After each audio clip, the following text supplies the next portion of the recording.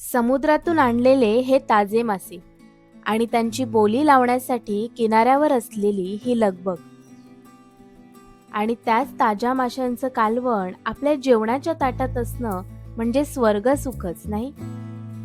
हे स्वर्गसुख आम्ही अनुभवलं मालवणमध्ये.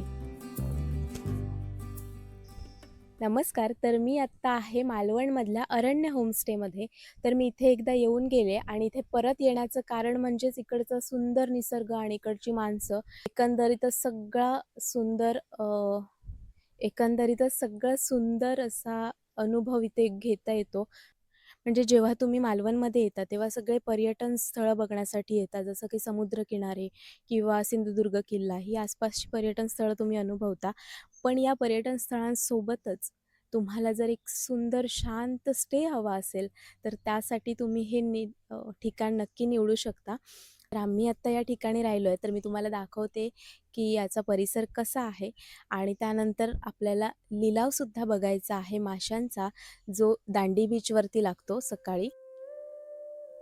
नावाप्रमाणे जंगलाच्या कुशीत विसावा देणारा हा अरण्य होमस्टे मालवणच्या या खाऱ्या वाऱ्यांच्या झुळुकीत आणि इथल्या झाडांच्या सावलीत विसावा देतो. इथल्या वरांड्यात बसून इथली शांतता अनुभवता येते. झाडांना न्याहाळत, पक्ष्यांचे आवाज ओळखत एक अख्खा दिवसही इथे उनाडक्या करण्यात निघून जातो.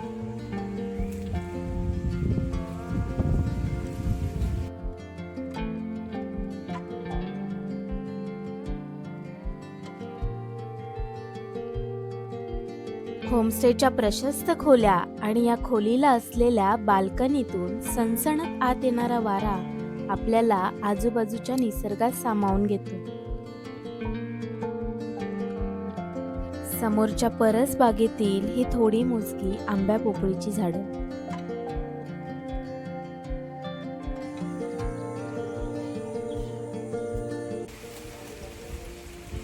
गोड गोड जाम जाम नाही जाम म्हणते ना.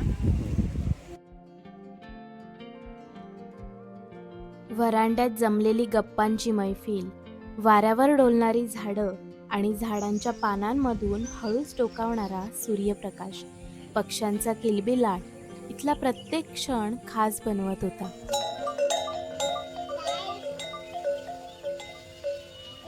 थोडं आवरलं आणि निघालो इथून जवळच असलेल्या दांडी बीचवर माशांचा लिलाव बघायला.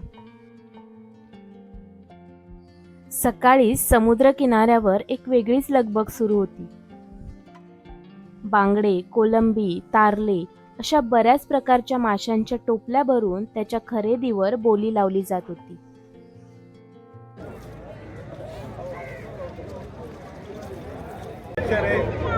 पाचशे हे गोबरा 500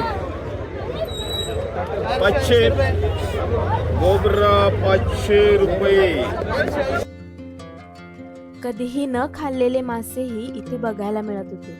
या ताज्या माशांचा हा बाजार बघून माशांची नावं जाणून घेण्याची उत्सुकता वाटत होती.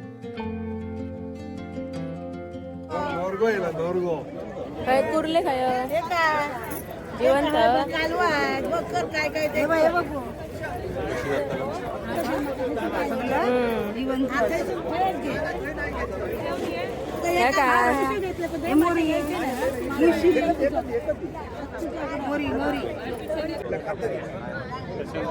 वागळी कशी होती?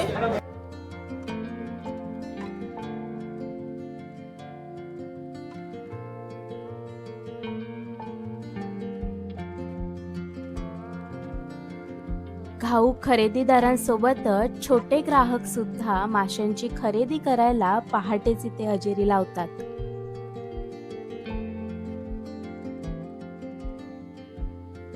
जवळच्या गावात टोपल्या घेऊन मासे विकणाऱ्या बऱ्याच बायका इथून मासे खरेदी करत होत्या.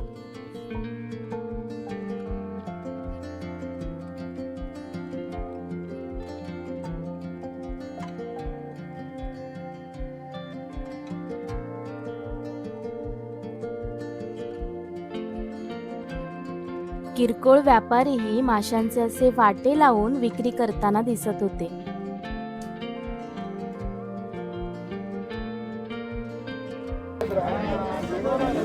मासे बरे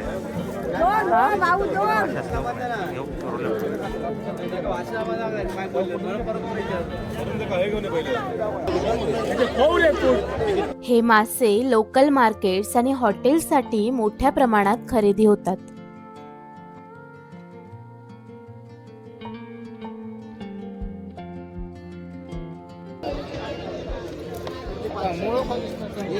आता घे 200 रुपयान बॉकेट टाकू.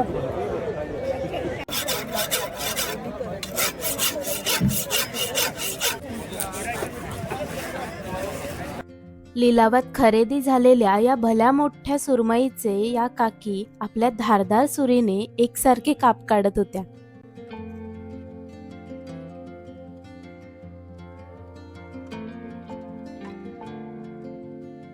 आजच्या दुपारच्या जेवणात याच लिलावातल्या ताज्या माशांचा बेत होता.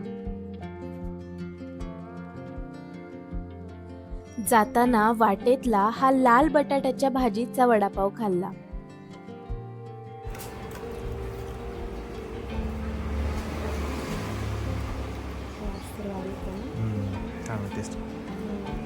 आणि घरी जाऊन वहिनीने बनवलेल्या या आंबोळी चटणीवरही ताव मारला. इथली ही प्रेमळ माणसं आमच्याच कुटुंबाचा एक भाग बनून गेले होते. वहिनीने बनवलेला प्रत्येक पदार्थ चवीला सुंदर होताच आणि इथल्या प्रेमळ माणसांमुळे आणि इथल्या रंगलेल्या गप्पांमुळे जरा 2 घास जास्तच खाल्ले जात होते. इकडे वहिनी कालवं बनवते आणि ही कालवण पहिल्यांदाच खाणार आहे, तर बघूया कशी चव लागते. आणि सोबत आपण सुरमई घेतलेला होता तो सुद्धा फ्राय केलेला आहे.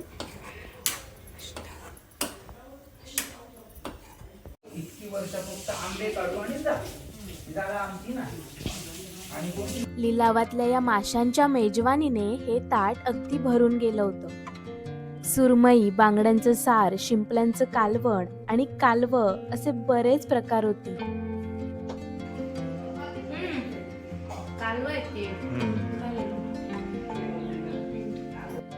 जेवणावर आडवा हात मारून सुस्ती आल्यामुळे पुढचा व्हिडिओ बनवायचा राहून गेला. पण तुम्हाला हा व्हिडिओ कसा वाटला हे मला नक्की कळवा.